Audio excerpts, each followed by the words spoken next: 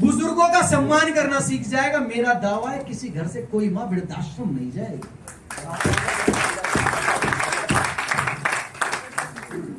सरकार को होना नहीं चाहिए कि वृद्धाश्रम का वृद्धाश्रम खोले। अरे वृद्धाश्रम बंद करवाओ, जरूरत ही नहीं है।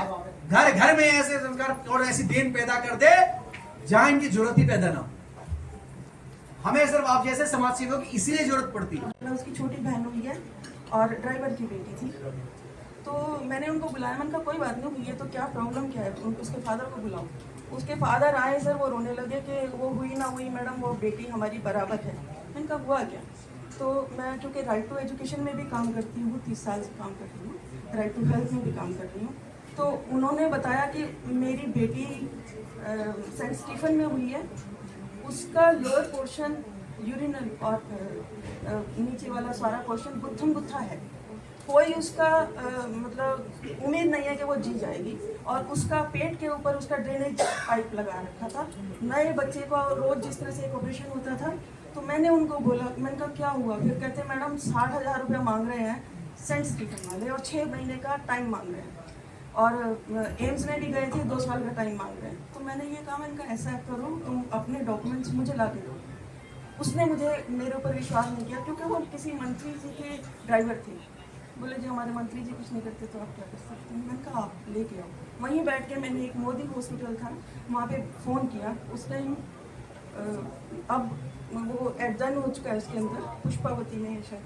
तो मैंने वहाँ फ़ोन किया, मैंने कहा इस तरह से एक बच्चा है, कहते भेज दो। तो मैंने उसको कहता जी 3% पे मैं 10,000 रुपये इकट्ठा कर पाया हूँ, 60,000 तो पता नहीं कब करूँगा, ये बच्चा जिएगा नहीं जिएगा। तो मैंने उसके डॉक्यूमेंट्स लेके उसको नेक्स्ट डे एडमिट करवाया। सर उस बच्चे का 2-2 महीने के अंदर 3 ऑपरेशन हुए और वो 4 साल के बाद मेरे ही स्कूल में एडमिशन आज वापस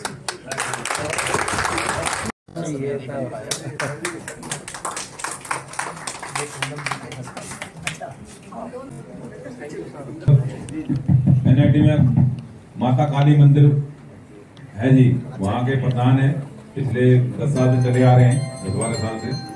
और हमारे साथ कोविड में बहुत बेहतरीन कार्य किया। हमेशा जब भी अति सुंदर पगड़ी बंदी है, एक बार जोरदार तालियां बजाने का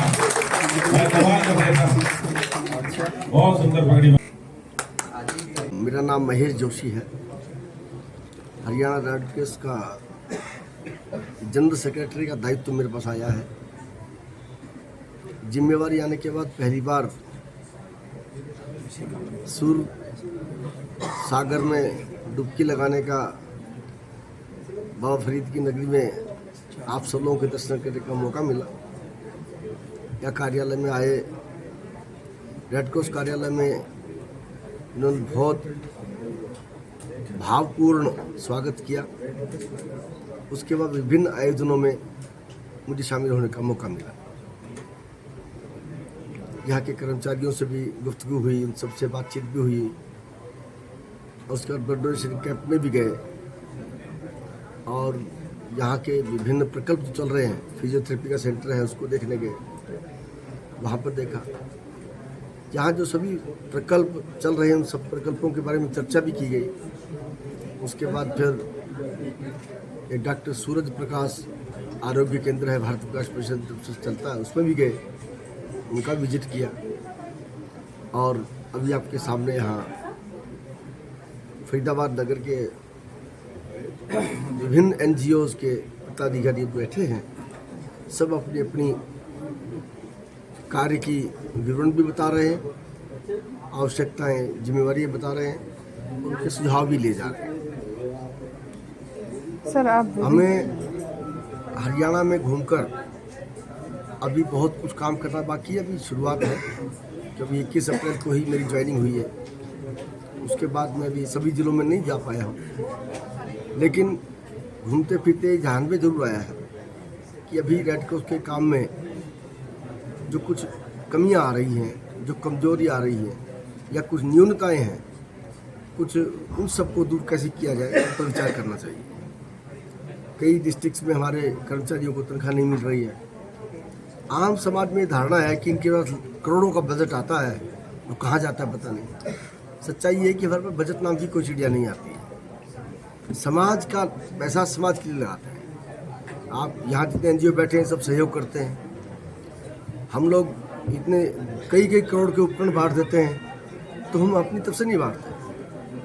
वो एलिम्को कंपनी है जो भारत सरकार से टाई अप है, उसके माध्यम से हम स्क्रीनिंग कैंप लगाते हैं, उसमें मरीजों की संख्या छांटते हैं और मरीजों का मापतोल करते हैं। फिर जिसके लिए जो आवश्यक चीज़ है, जो मापदंडों के आधार पर, जो गवर्नमेंट की गाइडलाइंस है उसके आधार पर उन सब की लिस्ट बनाते हैं, उनके आधार कार्ड लेते हैं और उसके बाद उनकी लिस्ट बनने के बाद जब उपकरण तैयार हो जाते हैं तो फिर दोबारा वितरण के लिए हम शिविर लगाते हैं। उसमें डीसी महोदय या आसपास के कोई और बड़े आदमी बुला करके उनका वितरण किया जाता है।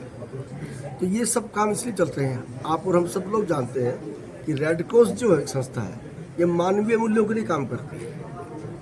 ऐसे गरीब व्यक्ति जो अपनी जिम्मेवारी, आवश्यकताओं के लिए, मजबूरी के लिए इधर उधर भटकता रहता है, उसको कैसे सहारा मिले। किसी गरीब आदमी को सहारा मिल जाता है तो उसको एक राहत मिलती है।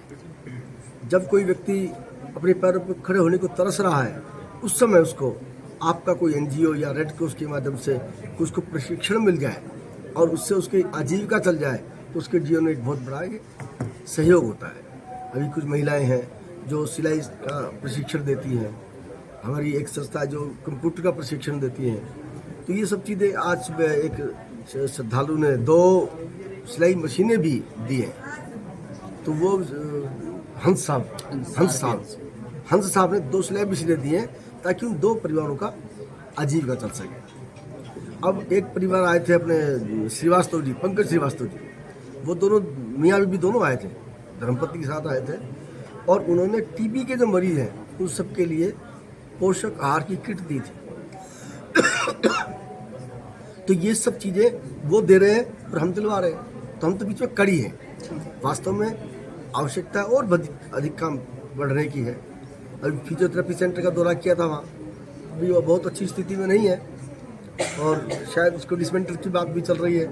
तो हम कोशिश करेंगे कि उसका स्वरूप भी ठीक बने, रिन्यूएट भी हो सके और उसको एक्सपेंशन का भी चांस बने। सर, ये हरियाणा में जो रेड क्रॉस सोसाइटी की शाखा है पूरे हरियाणा में कहाँ फैली हुई है?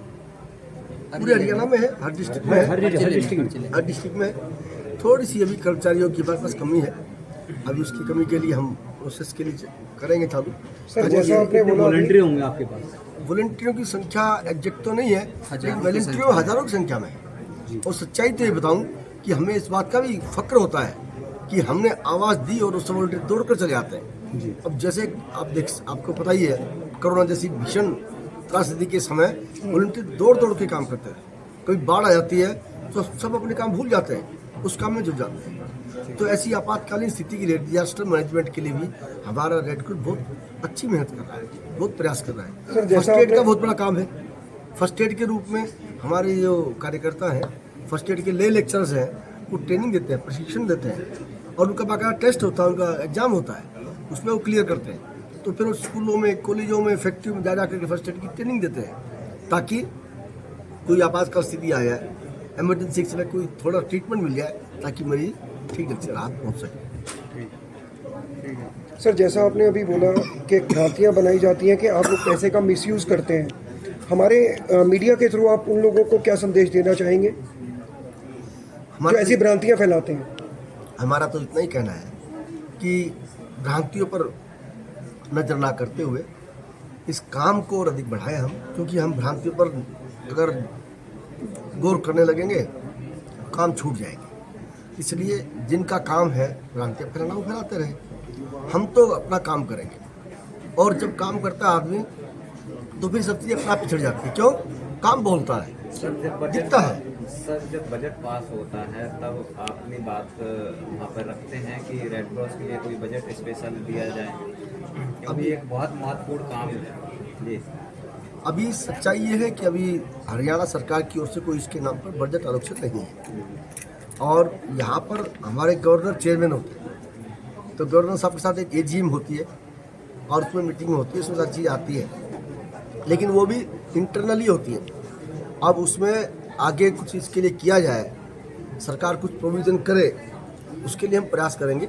मैंने विचार बनाया है, सीएम साहब से टाइम लिया है और उससे अलग से बैठ करके इन सारे विषयों पर चर्चा करेंगे, ताकि ये जो कई बार क्या होता है कि जो हमारे यहाँ का डिस्ट्रिक्ट का जो चेयरमैन है डीसी होते हैं, तो डीसी साहब अगर रुचि वाले होते हैं तो ज़्यादा मदद कर देते हैं, उसके बाद फिर वो मतलब भाई दिक्कत हो जाती है। तो इसलिए हम प्रयास करेंगे कि सभी डिस्ट्रिक्ट जो एडमिनिस्ट्रेशन है उसका पूरा सहयोग लेकर के और इस काम में आगे आगे बढ़े और सीएम साहब से सहयोग लेकर के इनमें जो कमी आ रही है उसको दूर की जा सके।